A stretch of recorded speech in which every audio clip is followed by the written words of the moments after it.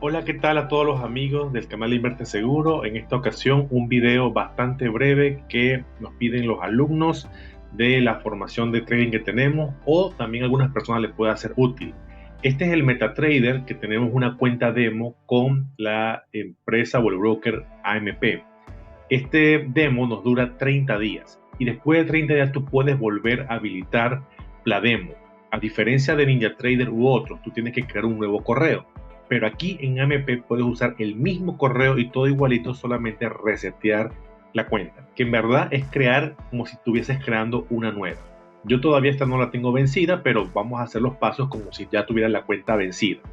Eso va a hacer que esta nueva cuenta tenga nuevamente 30 días. ¿Cómo vamos a hacer esto? Debemos entrar a la opción del navegador de MetaTrader, en ver y luego navegador.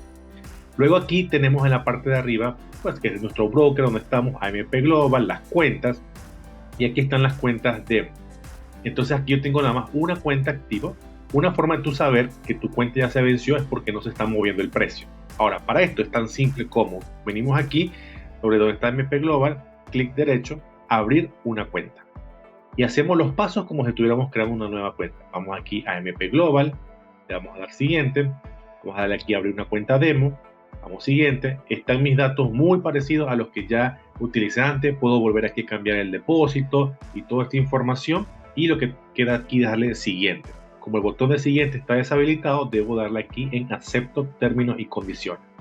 Ahora se habilitó, le doy siguiente para que él me mande el código a mi correo y a mi celular. Entonces empiezo a agregar los códigos que me ha enviado y vamos al del celular y vamos al del email.